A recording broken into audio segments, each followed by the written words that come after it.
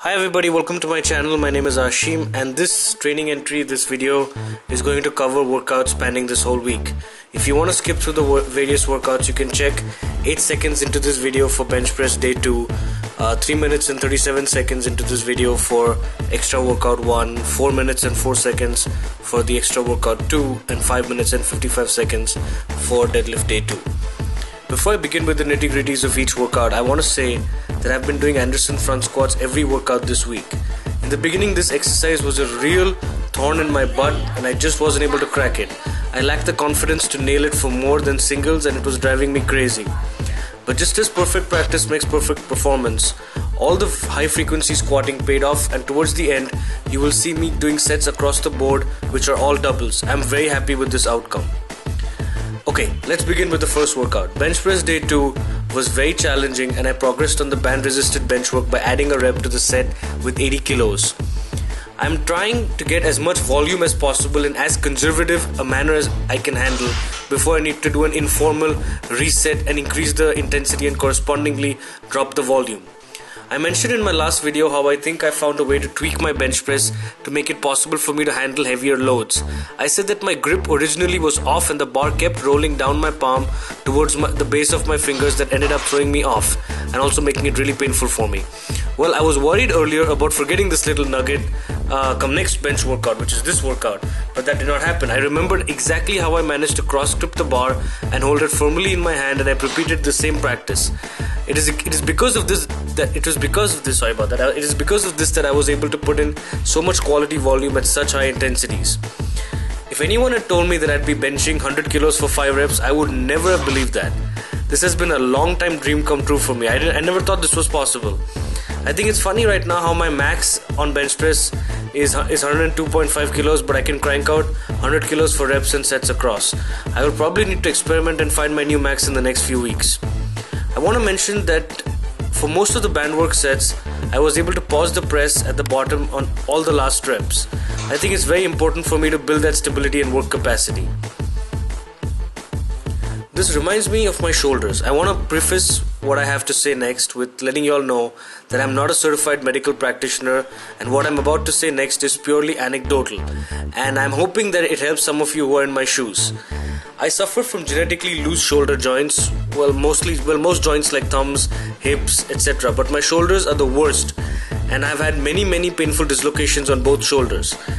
All this, in fact, you guys will notice this if you've been watching my videos. Normally when I do heavy deadlifts, I have a right over, left under grip. I'm versatile enough to be able to do to switch it up and do whichever augmented grip that I want. So left over, right under, or right over, left under, both are okay. I'm able to handle it with all the heavy weights. But if you have seen my videos, you will notice that if I ever switch it up and I do left over, right under, which is the alternative grip, you will see that my bar always swings, and it's because both my shoulders are not exactly aligned in the same plane, the same horizontal plane. So just keep this in mind. So I've had many painful dislocations, and it's very unpleasant. They're all unpleasant memories. So all this benching and pressing work that I've been doing has been irritating my shoulders recently. I'm feeling them pop a little, like the sound you make when you crack your knuckles, and it's been disturbing. Also, my right shoulder in particular has been feeling a little unstable on the whole. And now that I look at my training for this week, I realize that I'm doing more pushing than pulling, and that has to be fixed. Also, I need to do some overhead pressing to keep the shoulder girdle stable. I can't allow lactic acid to build up, because when it subsides and the pump goes away, my shoulder becomes very loose and the ball and socket joint just doesn't stay firmly in place. So I need to make a mental note to up the pulling work and do some bicep training regularly, because that also helps any sort of like strain or anything like that I feel. Moving on, the second workout was an extra workout. I just told you that bicep work is important, so I got some bicep work done in this workout. You won't see any videos of me doing any arm work because I think arm work is really boring. Yes, it's necessary, but it's pretty boring. I'm not a bodybuilder. I'm not a proper bodybuilder. I hate doing arm work. If you notice the pattern of Anderson front squats though, you will see that my volume is really building all through the week. Initially all I do is singles, then I get some solid doubles, and then I'm able to get doubles across. So it's good progress, especially given the fact that I'm doing doubles after heavy deadlifts, for example. That's right at the end. Usually I do grip event work staggered over all the workouts of the week, but this week in particular I messed up and I ended up doing 2 grip event sessions on the workout after deadlifts because I was forced to. I have realized that I cannot do a proper workout on the day after deadlifts, as in I can't do a regular, full body type workout after deadlifts. I'm way too beat up. Both my deadlift days are really brutal for me and I need the next workout to be easy going, so this week after deadlifts I did a combined grip event session. I'm making this commentary right now, right after this workout, and I will probably do a short Anderson front squat session tomorrow, but those clips, if they're memorable, I will probably still include them. Those clips will be added into next week's video update. The second extra workout was really short. I just wanted to do something to keep my body moving to prepare for deadlifts, which was supposed to be the next day. Of course, my plan fell apart because it's been happening a lot. So that's why I say of course, not because I'm a pessimist necessarily. My plan fell apart because I didn't do deadlifts the next day. However, the short workout was very effective. I managed to get those doubles and Anderson front squats, and I also got some rep records on rep PRs, personal records on weighted dips and pull-ups. I really love these exercises. I had planned a planned and hostile aggressive business meeting with a customer of mine the next day, so I couldn't focus the night before on deadlifts. It just wasn't happening. I tried to start my workout, but I worry about these things, and I was worried about work, and I felt I hadn't planned enough, so I had to skip deadlifts and postpone it to after this meeting. In hindsight, this didn't make much of a difference because I was already well prepared and the negotiation went well. It went reasonably and surprisingly well, and the workout after that was just as challenging, if not more, than it would have been on any other day. So it is what it is, but you can't ever be too prepared for anything, you gotta keep that in mind. So going into deadlifts against bands, I hadn't had the training effect, the benefit of having done some work the night before. I mentioned this earlier, I really like to keep my body moving right up to deadlift day. After deadlift day I need a day off, but before deadlift day I don't like to take a day off. In this case I couldn't help it. Other things are more important sometimes, so I wasn't able to benefit from that weighted pull-up, weighted dips and Anderson front squat workout immediately. So because of that I was a little unstable off the floor initially with all of my pulling work, but I worked through the movement during my warm-ups and boom, I nailed 185 kilos for a triple. I said I'd either do that this week, nailing it for a triple, or I'd do another set with 185. But basically my goal was to up the volume with 185 in particular.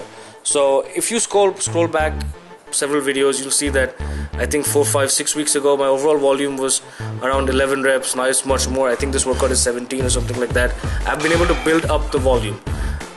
Next week, what I intend on doing is I will add another set of 185 and remove the set with 160 for double that I have right now. So overall number of sets is the same, but the overall volume is going to drop by a rep, but the intensity will bump up by a lot, and I can build on this. There is scope to turn this single triple into two triples. This is confusing. I can make 185 for 3 into 185 for 3 into 2. So that's after the band work I did regular deadlifts with 225 kilos, and it was really challenging as well. There's a lot that I can complain about with this, but I really had to dig deep and grind through those reps. They were not as easy as they were last week at all. That really frustrated the hell out of me actually.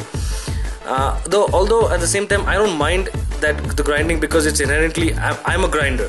You have lifters who are like really quick off the bat, and they can't grind it out, and then you got on the other end of the spectrum you got lifters like me that are really slow, but we're grinders. We can grind through the lifts, so that's what I am, and it's okay.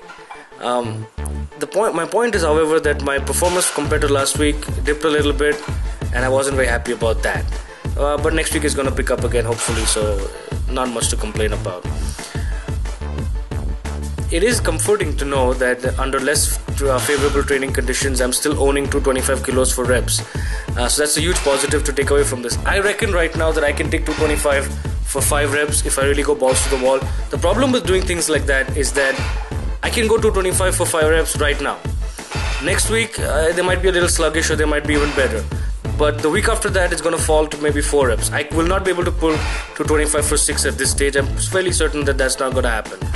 I'm absolutely certain. In fact, I think 5 reps would be like ball busting and really difficult, but I think I can be disciplined enough to pull through it. My problem is that if I work up to that, my progress doesn't become sustainable. So that's why I'm trying to not add reps to any of the top end sets. I want to add reps to the bottom, lower the sets that are lower down. I also wish I didn't have an upset stomach, because that really sapped the confidence out of me. The rep book that I'm putting in on deadlifts with 185 kilos is really helping me keep my core tight throughout. I've been trying to do these with dead stops between reps, but no breathing in between reps either. It's just a personal thing. So I'm basically doing 6 reps in one breath. I may take air in, but nothing is being let out. That's very challenging. I like it. It's building my core. I did a double on Anderson front squats after all this work, and I was so pleased with that. I realized that pulling to pushing movement ratio volume is off, so I got some rep work done for back. I picked barbell rows, pull-ups and high to low band rows, and did an overall volume of 50 reps, which is a good start to keeping my shoulders healthy and happy. Thank you very much for watching this video, guys. I will see you guys next week with my next training update. Thank you very much.